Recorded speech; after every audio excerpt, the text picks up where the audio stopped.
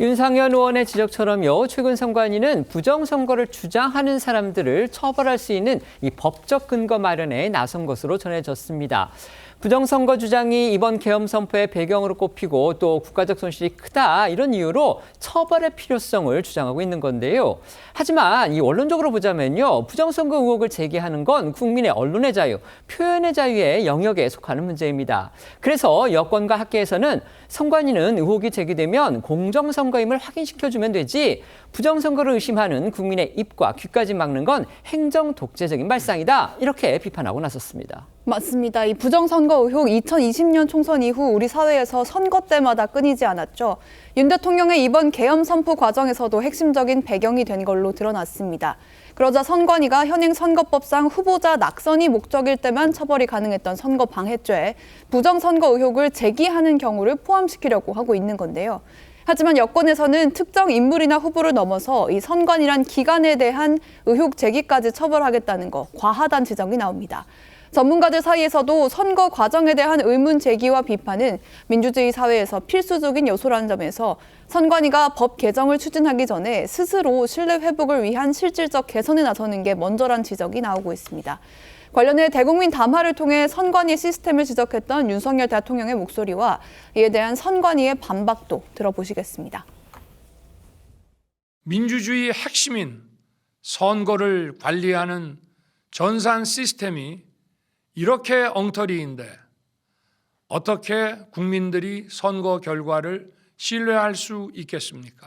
부정선거 주장하는 것은 좀 논리적이지 않다고 그렇게 생각합니다. 보수 유튜버에서 많이 주장하고 있는데 확증 편향 경향이 있어가지고 이 분들을 설득하기는 좀 쉽지는 않은 상태입니다.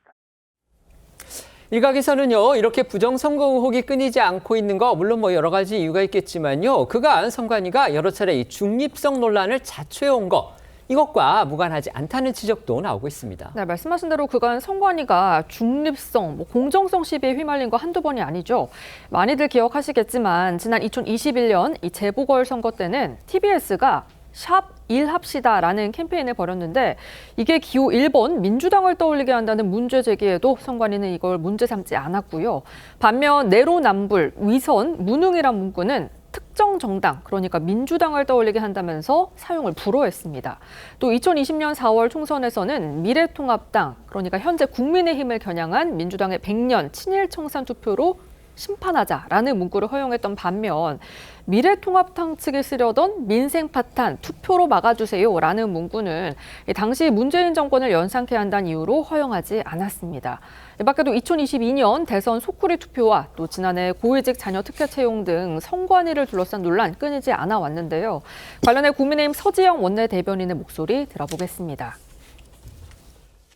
선관위가 민주당 대선 캠프도 아니고 민주당 대선 선거관리위원회도 아닌데 그런 판단을 전제하고 그 현수막을 불허한 것에 대해서는 저희는 굉장히 편파적이고 정치적 중립을 선관위가 위반하고 있는 중대 사안이라고 보고 있습니다.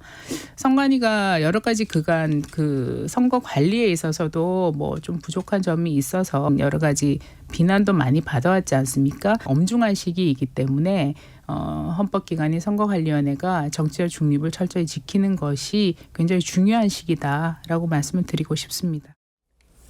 이렇게 논란이 커지면서 결국 선관위 오늘 오후에요, 이재명은 안 된다, 이 문구가 적힌 현수막 표현을 불허한 결정, 이걸 다시 논의하기로 결정했습니다. 네, 이 기존에 예정됐던 회의 의제에 부랴부랴 논란이 된 이 대표 비판 현수막 관련 안건을 추가한 것으로 보이는데요. 선관위는 잠시 뒤 이 노태혁 위원장 주재로 전체 회의를 열고 재논의에 나설 예정입니다. 이에 앞서서 오늘 오전 국회 행안위 회의에 출석한 김용빈 중앙선관위 사무총장은 앞선 이 선관위의 결정이 섣불렀다고 생각한다면서 이 구두질의에 의한 답변일 뿐이었고 이 잠정적인 조치는 보류돼 있는 상태다라고 설명했습니다. 관련 목소리 들어보시겠습니다. 선관위는 탄핵 재판이 아직 시작도 안 했는데 탄핵 인용을 기정사실화하고 조기 대선을 확신하고 있는 겁니까? 그렇지 않습니다. 담당자가 이제 검토를 했는데 법문만 검토를 하고 지금 전체적으로 볼 때는 너무 이른 섣부른 결정 아닌가 싶은 생각이 듭니다. 이 사안의 중대성을 감안해서 저희는 오늘 오후에 긴급 안건으로 위원회의 의결을 통해서 여러분들에게 그 유권적인 해석 그 기준을 밝히도록 하겠습니다. 들으신 것처럼 선관위 사무총장은 이제 섣부른 결정이었다 이러면서 수습에 나서기는 했습니다. 하지만 여당의 반발 상당히 강한데요. 여당원을 내란 공범이다 이렇게 표현하는 건 되고 이재명 대표를 비판하는 표현은 안 된다. 이런 선관위의 기준 과연 두 패널은 어떻게 보셨는지 한번 의견 여쭤보겠습니다. 먼저 말씀해 주시죠. 그날 내란 계엄 관련해서 계엄 해제 투표에 어떤 동참한 의원들이 민주당이 한 150명 정도 되고요. 국민의힘도 18명 정도 됐습니다. 그러면 저 논리라면 그러면 민주당에서 투표에 불참한 의원들도 내란 공범이 된다는 이야기인가요? 저는 정말 저거는 굉장히 명예훼손적인 문구라고 생각이 들어요. 왜냐하면 당시 여러 가지 사정 때문에 본인이 찬반을 떠나서 이 계엄 해제 투표에 참석 안 한 의원들이 꽤 있습니다. 그럼 이들을 전부 다 내란의 공범이라고 이렇게 이야기하는 것들, 그걸 버젓이 예를 들어서 프랭카드로 붙이게 한다는 거, 저는 이거는 굉장히 명예훼손적이기 때문에 이거야말로 좀 문제가 있는데, 그리고 선관위는 저희 언론이나 평론가 집단이 아니잖아요. 법을 집행하는 집단입니다. 자, 그런데 이 대선은요, 지금 현재도 2027년 3월 3일 날 열리는 것으로 지금 돼 있습니다. 지금 탄핵 심판이 어떻게 결론 날지 아직 지금 전혀 모르고 있는 상황인데, 뭐 언론이나 평론가들 입장에서는 충분히 그런 전망을 할 수 있지만, 과연 선거를 공정하게 관리해야 될 선관위가 지레 이 모든 것들을 확정짓고 이런 적용한다는 거, 물론 실무자의 구두 답변이라고 이야기를 했습니다만은, 그러나 이게 예전부터 쭉 있어 왔기 때문에 의심을 할 수밖에 없는 것 같습니다. 네. 김용빈 선관위 사무총장은요, 그 윤석열 대통령의 대학 법대 동기입니다. 그리고 윤석열 대통령께서 임명을 하셨어요. 이런 상황에서 여당이 선관위에 대해서 지적하는 것은 스스로 능력이 부족하다는 것을 말하는 것이 아닌가 그렇게 느껴지고요. 그다음에 최초의 어쨌든 그 현수막에 문제가 됐는데 그 현수막은 조국 혁신당에서 건 건데 왜 갑자기 이재명 대표를 가지고 이렇게 비난을 하는지 잘 모르겠다. 그래서 어쨌든 선관위가 이런 문제에 있어서 좀 단호하게 원칙을 세워서 대응하는 게 좋겠다. 이런 말씀 드리겠습니다. 선관위 사무총장이 대통령의 어떤 대학 동기다. 이 부분이 이번 논란하고 어떤 관계가 있는지 제가 잘 모르겠는데 어쨌든 강 대변인이 그걸 지금 지적을 해주셨는데요. 어쨌든지 간에 이 정현우 의원 같은 경우 그러니까 뭐 조국 혁신당에서 이 내란의 공범이다 이렇게 지금 지적을 했다고 하는데 사실 정현우 의원은요.